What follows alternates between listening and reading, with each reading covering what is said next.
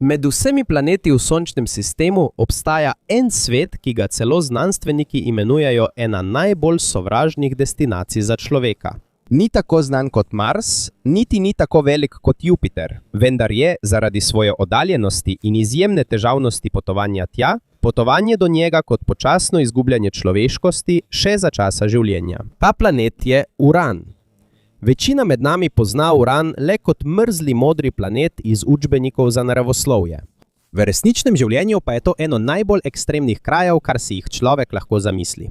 Ne samo zaradi njegovega podnebja, ampak tudi zato, ker lahko že samo potovanje tja uniči človeško telo, še preden sploh pridemo do tja.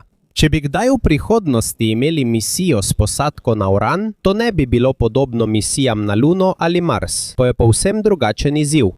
Ker tukaj ni sovražnik samo razdalja. Tukaj so tvoji sovražniki tudi čas, sevanje, izolacija in vpliv globokega vesolja na človeške možgane in telo. Leta 1977 je NASA izstrelila Voyager 2. Danes je to še vedno edina vesoljska sonda, ki se je približala Uranu.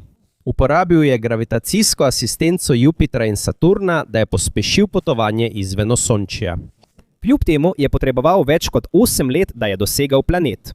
Po raziskavah NASA in drugih vesoljskih agencij bi lahko morebitna misija s posadko do Urana trajala več kot desetletje in to samo v eno smer.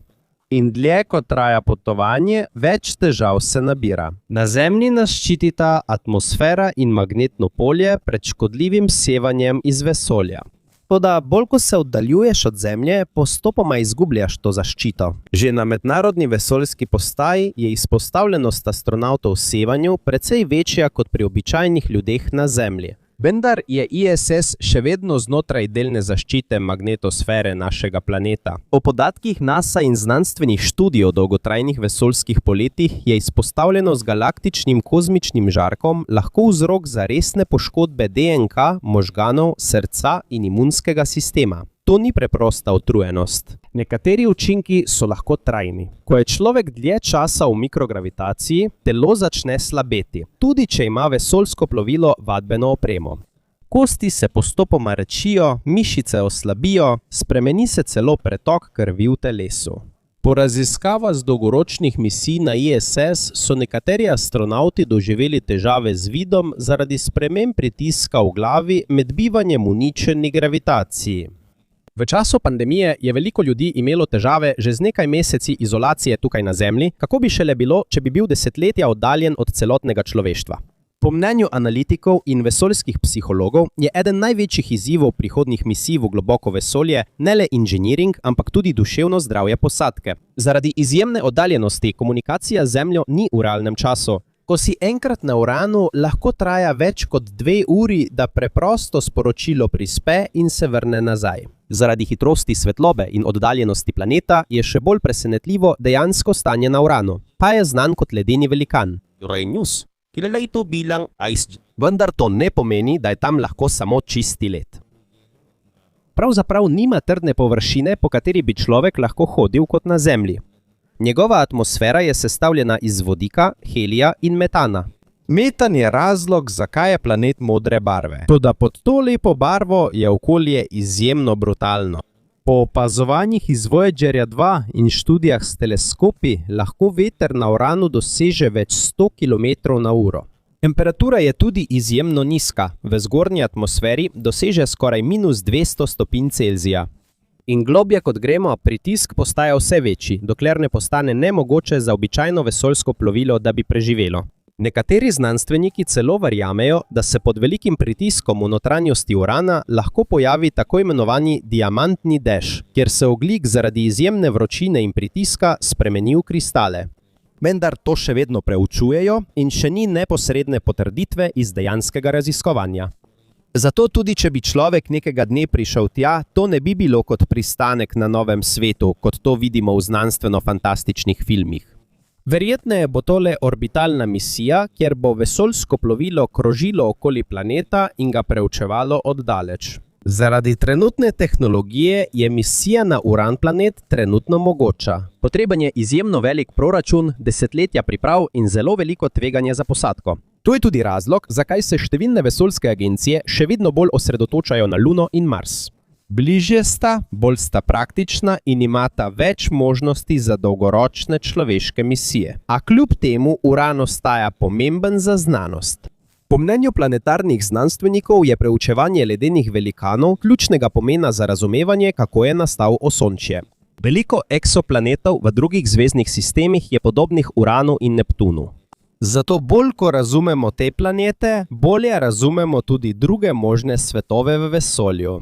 Trenutno ni nobene konkretne človeške misije na Uran, vendar pa obstajajo predlogi za prihodnje robotske misije, ki bi jih lahko poslali v naslednjih desetletjih. In morda je to trenutno najbolj smiselna poteza. Glede na trenutno stanje človeške tehnologije, Uran še ni destinacija, kjer bi lahko živeli. Za zdaj je to opomnik, kako majhen je človek v primerjavi z velikostjo vesolja. In kako daleč moramo še iti, preden bomo lahko resnično rekli, da smo sposobni osvojiti vesolje. Dalj časa, ko človek preživi v globokem vesolju, postopoma se spreminja tudi sama zasnova njegovega telesa. In ena izmed prvih stvari, ki jih to prizadene, niso takoj možgani ali srce, ampak kosti. Tukaj na Zemlji je nekaj, česar skoraj ne opazimo – gravitacija. Ob vsakem našem koraku, vsakem stajanju, vsakem gibu deluje sila, ki vleče telo navzdol. In zaradi tega je naš skeletni sistem prisiljen ostati močan. Toda v vesolju ta pritisk izgine. Ko ni več gravitacije, ki bi se upirala telesu, telo misli, da ne potrebuje več debelih in močnih kosti. Zato začne zmanjševati kostno gostoto. Po raziskavah iz dolgoročnih misij NASA in drugih vesoljskih agencij lahko astronavti na mednarodni vesoljski postaji izgubijo od 1 do 2% kostne mase na mesec, tudi če redno telovadijo. In to ni zgolj preprosta oslabelost. Ko ni gravitacije, skoraj vse mišice v telesu se začnejo krčiti, ker jih ne uporabljamo več toliko. Noge, spodnji del hrbta, mišice trupa, vse, kar je pomembno za stojo in gibanje na Zemlji, postopoma slabi. Tudi srce, ki je prav tako mišica, je prizadeto. Na Zemlji mora srce trdo delati, da potisne kri proti gravitaciji. Ampak v vesolju je cirkulacija lažja, zato se telo prilagodi. Po nekaterih študijah o astronavtih pride do sprememb v srčno-žilnem sistemu po dolgih misijah v orbiti. Količina krvi se zmanjša in telo ima težave s prilagajanjem, ko se vrne v gravitacijsko okolje. To je razlog, zakaj so nekateri astronavti omotični ali izgubijo ravnotežje, ko se vrnejo na Zemljo, čeprav so bili le nekaj mesecev v vesolju. Če potovanje na Uran traja več kot 10 let, prilagajanje ne bo več preprosta težava. Možno je, da se bo človeško telo celo razvilo tako, da bo preživelo v breztežnosti in ne bo več združljivo z normalno gravitacijo Zemlje. Toda, ne glede na to, kako močan je vpliv na telo, obstaja še ena tišja nevarnost – Na začetku je lahko misija vznemirljiva, nova pustolovščina, nova meja.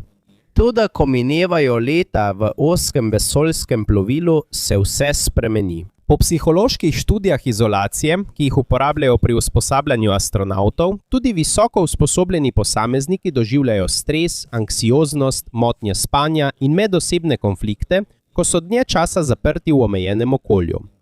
Na Zemlji imajo testni subjekti še vedno izhod v sili, v globokem vesolju ga ni. Ko si že na sredi poti, na poti proti Uranu, je nemogoče takojšnje vračanje. Prav tako ni reševalne misije, ki bi hitro prispela. To še dodatno poslabša zamik v komunikaciji. Zaradi izjemne oddaljenosti Urana od Zemlje lahko preprosto radijsko sporočilo potrebuje več kot 2 uri, da prispe do cilja. To pomeni, da ima običajen pogovor z nadzornim centrom zamik daljši od 5 ur. In ko končno prispeš po več kot desetletju potovanja, te ne čaka nagrada, temveč planet, ki ga je za človeka skoraj nemogoče obiskati. Za razliko od Zemlje ali Marsa, Uran nima trdne površine, na kateri bi lahko stali. Imenuje se ledeni velikan. A to ne pomeni, da je površje sestavljeno samo iz ledu. Pod njegovo gosto atmosfero je izjemen pritisk stisnjenih tekočin, kot so voda, metan in amonijak. Bolj ko se vesoljsko plovilo spušča globlje v njegovo atmosfero, večji postaja ta pritisk in toplota, dokler ni mogoče, da bi bilo zdrobljeno. Tudi najmočnejši materiali, ki jih je ustvaril človek. Po pojasnilih samega NASA glede strukture Urana. Njegovo okolje je preveč ekstremno za katerokoli običajno pristajalno misijo.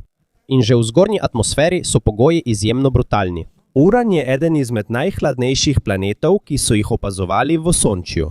Temperatura na vrhu oblakov lahko pade skoraj do -224 stopinj Celzija. Na nekaterih delih je celo hladnejši od Neptuna, čeprav je Neptun bolj oddaljen od Sonca. Pri takšni temperaturi je dovolj le nekaj sekund, da izpostavljeno človeško tkivo zmrzne. Njegova atmosfera pa je skoraj v celoti sestavljena iz vodika in helija. Vsebuje tudi metan in sledi drugih spojin, kot je vodikov sulfid. To je plin, ki je povezan z vonjem po pokvarjenih jajcih tukaj na Zemlji. Toda na Uranu von ni glavna težava. Ni kisika ni, ki bi ga človek lahko dihal, in kar je najpomembneje, tam je veter. Na slikah z Voyagerja 2 Uran izgleda miren in tih. Toda po atmosferskih opazovanjih so na planetu izjemno močni vetrovi, ki lahko dosežejo stotine kilometrov na uro. To pomeni, da čeprav izgleda mirno od daleč, to je svet izjemnega mraza, pritiska, strupenih plinov in neviht, ki jih ne more preseči nobena naravna katastrofa na Zemlji. Če je ena stvar jasna glede Urana, je to ta: ne pusti se zavesti njegovemu videzu. Na slikah s teleskopov in Voyagerja 2 izgleda mirno. Hladna modra krogla, ki je skoraj povsem negibna. Toda za to tišino se skriva besneče ozračje, ki lahko uniči skoraj vsako tehnologijo, ki jo je ustvaril človek. Po mnenju znanstvenikov je možno, da je pred milijardami let to zadev ogromen objekt, morda celo tako velik kot Zemlja. Ta trk naj bi bil razlog, zakaj se je spremenila orientacija planeta. Zaradi tega so letni časi na Uranu zelo nenavadni. Eno leto tam je enako 84 letom na Zemlji. To pomeni, da je njegova orbita okoli Sonca zelo počasna. Zaradi močnega nagiba je včasih en pol planeta neposredno obrnjen proti Soncu več kot 40 let. Ni noči, ni sončnega zahoda, svetloba je neprekinjena. Potem se bo planet počasi obrnil, dokler druga stran ne bo obrnjena proti Soncu. In takrat se začne desetletje teme. Če bi se življenje rodilo na enem delu Urana v času velike teme, bi lahko postalo staro, ne da bi sploh kdaj videlo sončno svetlobo. Na Zemlji imamo urejeno in dokaj stabilno magnetno polje. To nam pomaga, da smo zaščiteni pred škodljivimi nabitimi delci, ki prihajajo s Sonca. Na Uranu pa je to kot nekakšna kaotična različica. Po podatkih iz Voyagerja 2, magnetno polje Urana ni poravnano z vrtenjem planeta. Močno je nagnjeno in izvor magnetnega polja ni točno v središču planeta. In po nekaterih novejših analizah podatkov Voyagerja je možno, da je vesoljsko plovilo leta 1986 naletelo na nenavadne pogoje sončnega vetra. To pomeni, da znanstveniki še vedno ne razumejo popolnoma pravega stanja Urana. Tudi njegove lune niso izjema. Uran ima 27 znanih lun, vključno s Titanijo in Oberonom. Toda ti svetovi so polni ledu, kamnin in izjemnega mraza. Na nekaterih delih traja tema več desetletij zaradi njihovega položaja okoli planeta. Ni dihljivega ozračja, ni toplote, ni jasnega mesta za človeško naselitev z uporabo trenutne tehnologije. In tukaj postane jasno, zakaj se je do zdaj le eno vesoljsko plovilo resnično približala Uranu. Januarja 1986 je Voyager 2 preletel planet in pridobil je dragocene informacije v samo nekaj urah, preden je nadaljeval pot izven zunanjega dela Osončja. Do danes je to še vedno naša najbolj podrobna raziskava Urana. A to ne pomeni, da ga je znanstvena skupnost pozabila. Leta 2022 je desetletna raziskava o planetarni znanosti v Združenih državah Amerike uvrstila to med najpomembnejše prihodnje misije. Predlagana je bila sonda v orbiti okoli Urana in atmosferska sonda, toda to bi bila robotska misija, ne misija za človeka. Ker znanstveniki vedno več spoznavajo o vplivu globokega vesolja na človeško telo, vedno bolj postaja jasno, da ima človeško telo svoje meje, kaj lahko prenese. Morda bo človek nekega dne kos odpravi na Mars. Mogoče bomo v zelo daljni prihodnosti lahko zgradili tudi bolj napredne postaje blizu Jupiterovega sistema. Ampak Uran, to je že druga zgodba, ne samo zaradi razdalje. Ampak tudi zato, ker dlje kot človek ostane v oddaljenem vesolju, postopoma izgublja pogoje, ki so nas oblikovali kot vrsto. Zemljina gravitacija, njena atmosfera, magnetno polje, ki ščiti življenje. Vse to je del razloga, zakaj človeško telo deluje.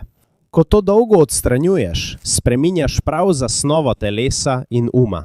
In morda je to najpomembnejša lekcija z Urana.